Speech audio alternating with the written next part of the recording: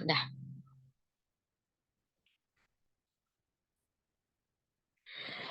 Assalamualaikum warahmatullahi wabarakatuh. Alhamdulillah. Alhamdulillahirabbil alamin wassalatu wassalamu ala asrofil anbiya'i wal mursalin wa ala alihi wa sahbihi rasulillahi ajma'in amma ba'du. Yang pertama-tama dan yang paling utama, marilah kita ucapkan puji syukur kita kehadirat Allah Subhanahu kita kesempatan serta kelapangan waktu sehingga kita dapat melaksanakan presentasi pada hari ini.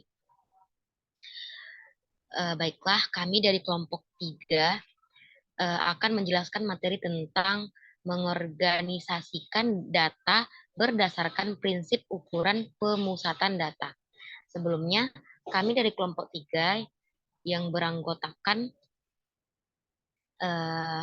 yang pertama yaitu Fanny Octaviana Marcel dengan NIM 21031125, Rosi Ramadhani dengan NIM 21031093, Nazifa Nurliza dengan NIM 21031146, Maimunah Simamora dengan NIM 21031020, dan yang terakhir yaitu Rabiatul Adawiyah dengan NIM 21031087. Baiklah, materi selanjutnya. Adapun submateri yang akan dibahas pada presentasi kali ini yaitu yang pertama, definisi, prinsip, dan manfaat ukuran pemusatan data. Dan yang kedua yaitu frekuensi, yang ketiga presentasi, yang keempat median, modus, dan yang terakhir yaitu desil, kuartil, dan presentil. Materi pertama akan dijelaskan oleh saya sendiri yaitu tentang definisi, prinsip, dan manfaat pengukuran pemusatan data atau central tendency. Definisi, prinsip, dan manfaat pengukuran pemusatan data adalah ukuran statistik yang menyatakan bahwa satu skor yang dapat mewakili keseluruhan distribusi skor atau penilaian yang sedana diteliti. Ukuran gejala pusat sering juga disebut dengan ukuran lokasi, yaitu suatu ukuran yang menetapkan letak titik pemusatan di mana terdapat kecenderungan bagi setiap variabel untuk mengarah kepadanya. Pengukuran gejala pemusatan data maksudnya adalah nilai yang menunjukkan bahwa di sekitar nilai tersebut data kita akan mengumpul atau memusat. Statistik yang mengukur gejala pemusatan data terdiri dari mean atau rata-rata hitung, median, dan modus.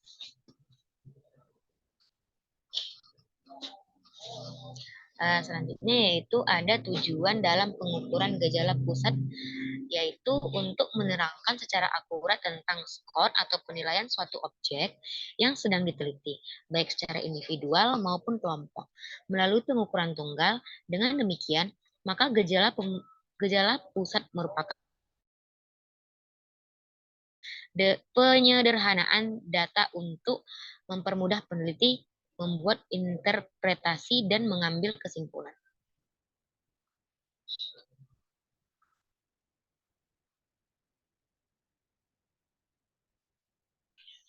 Adapun manfaatnya yaitu salah satu manfaat dari ukuran pemusatan data adalah untuk membandingkan dua atau populasi atau contoh, karena sangat sulit untuk membandingkan masing-masing anggota dari masing-masing anggota populasi atau masing-masing anggota data contoh. Baiklah, sekian materi yang dapat saya sampaikan. Materi selanjutnya akan dijelaskan oleh Saudari Nazifa Nurliza. Kepada saudari dipersilahkan. Terima kasih. Baik, terima kasih moderator. Selanjutnya saya akan mencoba menyampaikan materi frekuensi. Kata frekuensi berasal dari bahasa Inggris yaitu frekuensi yang berarti kekerapan, keseringan. Dalam statistik, frekuensi mengandung arti seberapa kali munculnya variabel yang dinyatakan dengan angka dalam deretan angka tersebut. Misalnya, nilai 10 orang siswa pada mata pelajaran ilmu pengetahuan alam adalah 60, 50, 75, 60, 80, 40, 60, 70, 100, dan 75. Terlihat bahwa nilai 60 muncul 3 kali, atau siswa yang mendapat nilai 60 adalah 3 siswa. Dalam hal ini dapat dikatakan bahwa nilai 60 berfrekuensi 3 menurut Sudijono pada bukunya.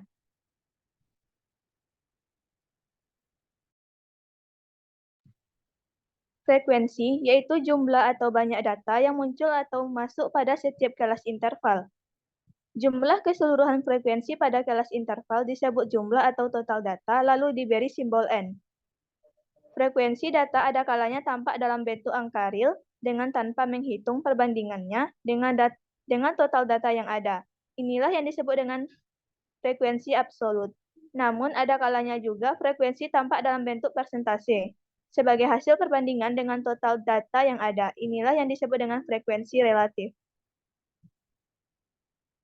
Selanjutnya yaitu ada distribusi frekuensi. Yang pertama, distribusi frekuensi data tunggal adalah distribusi data angka yang dilakukan tanpa melakukan pengelompokan nilai-nilai variabelnya.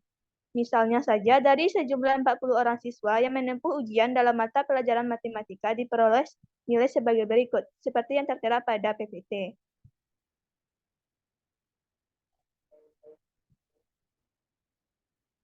Yang pertama, mencari nilai tertinggi atau high score dan nilai yang paling rendah low score. Lowest score. Dari data angka di atas terdapat H dengan 10 dan L sama dengan 3. Kemudian disusun berturut dari atas ke bawah. Mulai dari 10 sampai dengan nilai angka 3. Kedua, menghitung frekuensi masing-masing nilai variabel dengan bantuan jari-jari. Langkah yang ketiga, mengubah jari-jari menjadi angka biasa lalu ditulis pada kolom ketiga atau kolom frekuensi. Setelah selesai mengubah jari-jari menjadi angka biasa, frekuensi masing-masing nilai dijumlahkan, sehingga diperoleh jumlah frekuensi sigma F atau number of phase.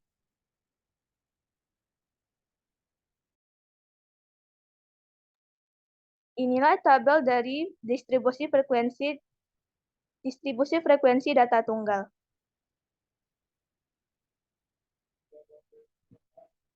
Selanjutnya yaitu distribusi frekuensi data kelompok. Langkah pertama, menetapkan jumlah kelas dan lebar kelas dengan pedoman bahwa jumlah kelas antara 5 sampai 20 dan lebar kelas merupakan bilangan ganjil atau menggunakan rumus Charges. Langkah yang kedua, membuat kelas-kelas dari kelas yang paling bawah sampai kelas yang paling atas. Langkah yang ketiga, memasukkan tiap-tiap skor atau nilai ke dalam masing-masing kelas yang sesuai. Langkah yang keempat, mengubah jari-jari menjadi angka biasa dan menjumlahkannya ke bawah. Dan langkah yang terakhir adalah menyajikan tabel distribusi yang sebenarnya, yaitu tanpa mengikut sertakan kolom jari-jari. Contohnya yaitu data hasil belajar siswa sebagaimana terlihat pada tabel pada susunan angka berikut. Untuk langkah penyelesaiannya, yang pertama menentukan range ialah data terbesar dikurangi data terkecil. Yaitu data terbesarnya yang didapatkan ada 89 dan dikurang 30. Langkah yang kedua,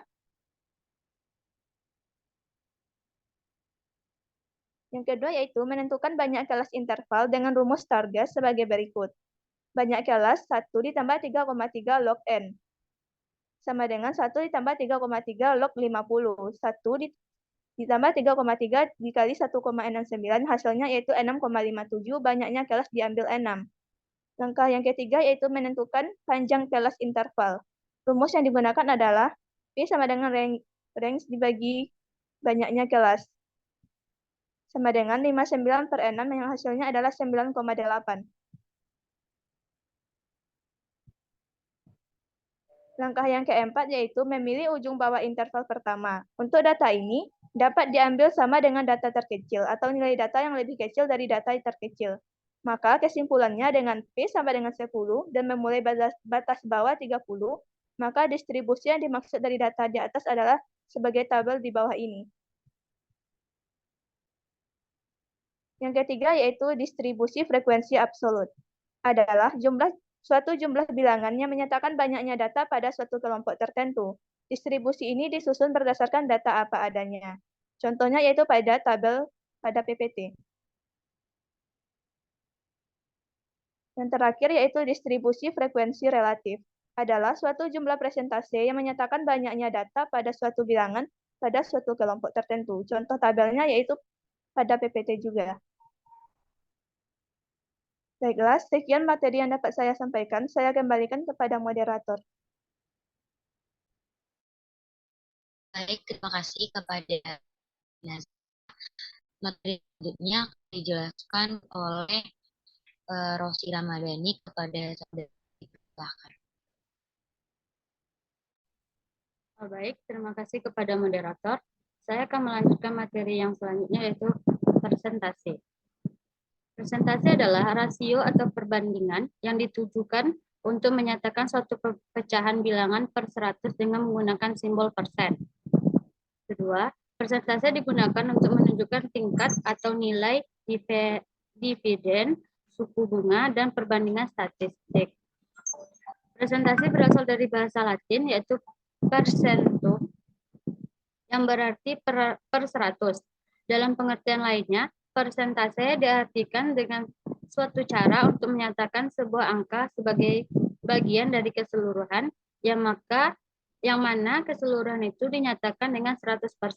Artinya, 5% berarti bernilai 5 per 100, sedangkan 10% berarti bernilai 10 per 100, sebaliknya 50 per 100 berarti bernilai 50%.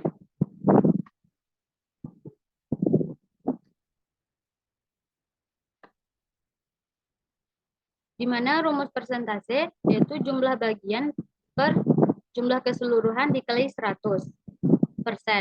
Dengan menggunakan rumus ini, sebuah rasio atau pecahan bisa diubah ke dalam bentuk persen. Perhitungan persentasi. Ada beberapa cara dalam menghitung persentasi. Di bawah ini ada beberapa contoh perhitungan persentasi. Pertama, menghitung persentasi sebagai ada contohnya, seorang ibu menabung di bank dengan jumlah 20 juta setiap tahunnya. Bank tersebut memberikan bunga sebesar 5% dari nilai tabungan tersebut, sehingga beberapa nilai bunga yang diberikan oleh bank tersebut. Nilai bunga bank sama dengan jumlah tabungan dikali besar bunga persen. Nilai bunga bank sama dengan 20 juta dikali 5%. Nilai bunga bank dikali 220 juta dikali 5 per 100, yang mana nilai bunga banknya ada 1 juta.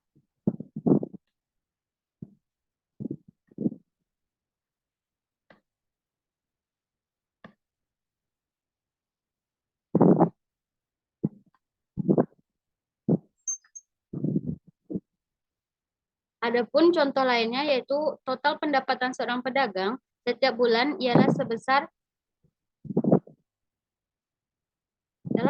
5 juta. Namun pada bulan Ramadan pendapatan pedagang tersebut bertambah sebesar 500.000 dari biasanya, yaitu menjadi 5.500.000. Sehingga berapa persen kenaikan pendapatan pedagang tersebut pada bulan Ramadan? Ini adalah langkah-langkah cara untuk mencari kenaikan pendapatan pedagang tersebut saat bulan Ramadan. Materi yang selanjutnya yaitu mean, modus, dan median.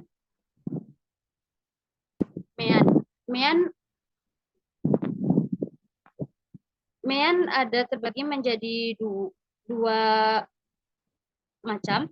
Pertama, mean geometris, di mana mean geometris adalah rata-rata yang digunakan untuk kumpulan bilangan positif, di mana rata-ratanya diperoleh dengan mengalihkan bilangan tersebut, seperti halnya pertumbuhan. Jika dua bilangan X dan Y, maka mean geometrinya adalah XY.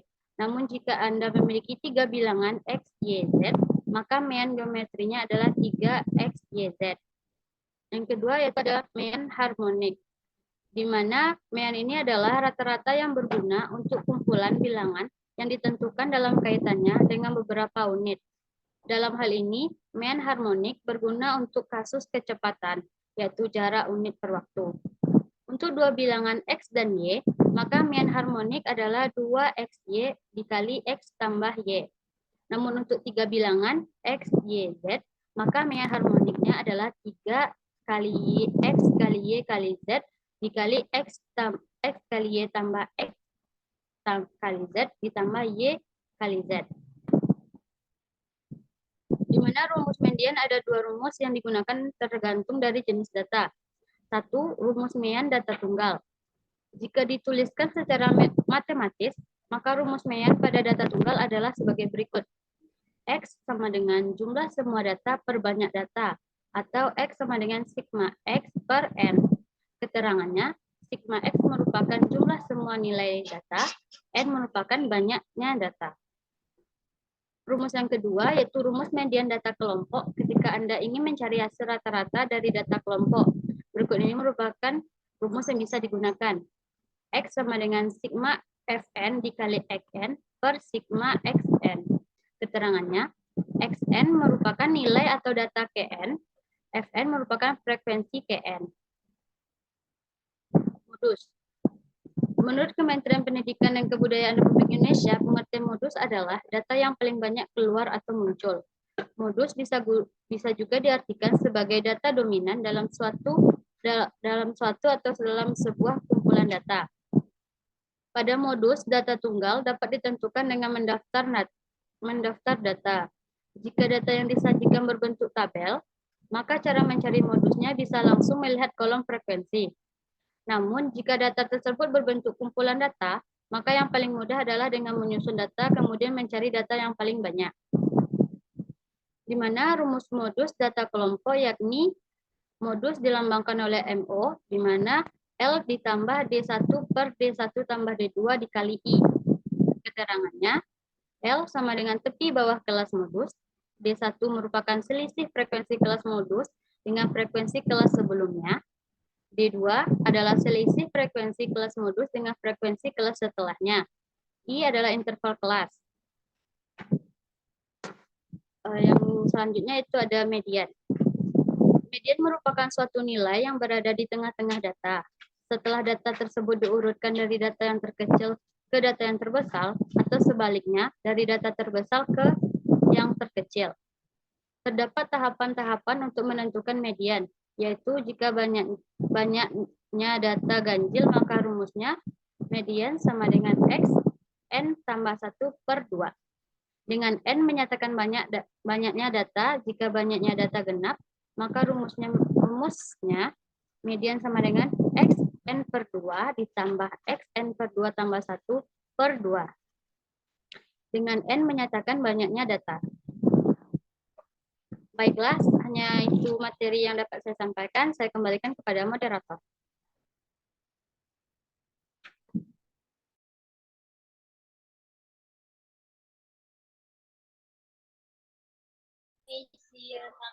Baiklah, terima kasih penjelasan materinya, Saudara Rosi. Selanjutnya, materi selanjutnya akan dijelaskan oleh Saudari Fani. Kepada Fani dipersilakan. Terima kasih moderator. Baik, di sini saya akan menjelaskan mengenai materi desil, kuartil, dan presentil.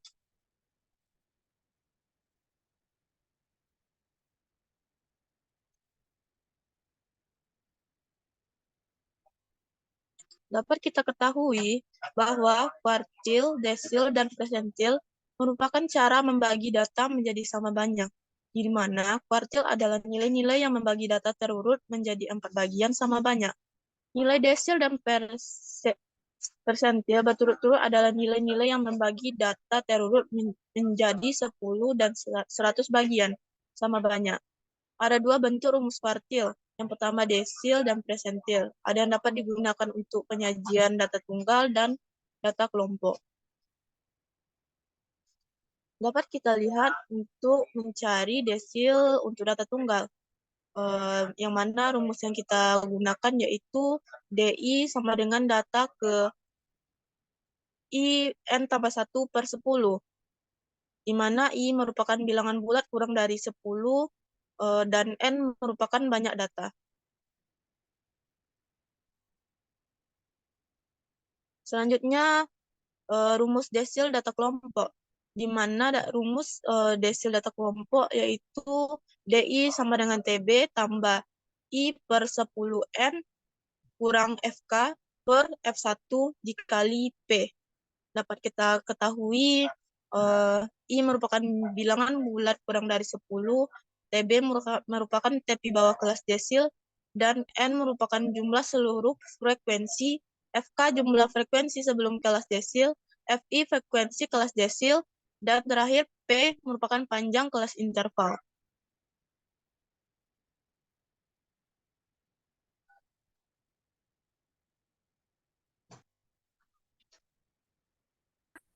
Selanjutnya yaitu mencari nilai kuartil untuk data tunggal. Terdapat dua cara. Yang pertama untuk n genapnya, di mana langkah-langkahnya yaitu yang pertama cari nilai yang menjadi nilai tengah median atau Q2. Lalu membagi data di sebelah kiri median menjadi dua bagian yang sama dan menghasilkan kuartil bawah atau Q1. Selanjutnya membagi data di sebelah kanan median menjadi dua bagian sama dan menghasilkan kuartil atas atau Q3. Lalu pada tabel untuk n ganjil, yaitu kuartil bawah Q1 sama dengan X1 per 4 N kurang N tambah 1. Lalu kuartil tengah Q2 sama dengan X1 per 2 N tambah 1. Lalu kuartil atas Q3 X3 per 4 N tambah 1. Selanjutnya, rumus kuartil data kelompok dapat dilihat pada rumus, yaitu Q1 sama dengan TB tambah I per 4 N kurang FK per FI dikali P. Dapat dilihat di keterangan untuk I merupakan 1 untuk kuartil bawah, I2 untuk kuartil tengah, I3 untuk kuartil atas, TB tepi bawah kelas kuartil, N jumlah seluruh frekuensi, FK jumlah frekuensi sebelum kelas kuartil, F1 FI frekuensi kelas kuartil. Selanjutnya mencari nilai presentil untuk data tunggal menggunakan rumus PI sama dengan data ke I dalam kurung N tambah 1 per 100. Di keterangan I merupakan bilangan bulat kurang dari 100 dan N merupakan banyak data.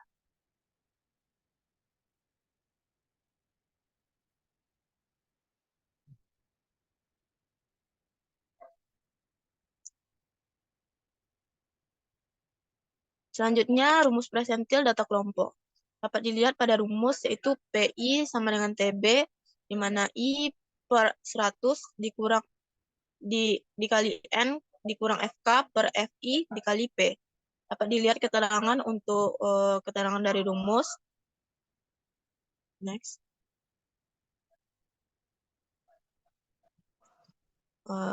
Baik, sekian materi yang dapat saya sampaikan. Saya kembalikan kepada moderator. Baik, terima kasih penjelasan materinya. Selanjutnya yaitu jika ada saran, kritik, dan penambahan materi ataupun tanya jawab, silakan teman-teman sekalian mengetikkannya pada forum diskusi. Mungkin sekian presentasi dari kelompok 3. Jika ada terdapat kesalahan, kekurangan dalam PPT kami mohon maaf. Saya akhiri dengan mengucapkan wabillahi taufik wal hidayah. Wassalamualaikum warahmatullahi wabarakatuh.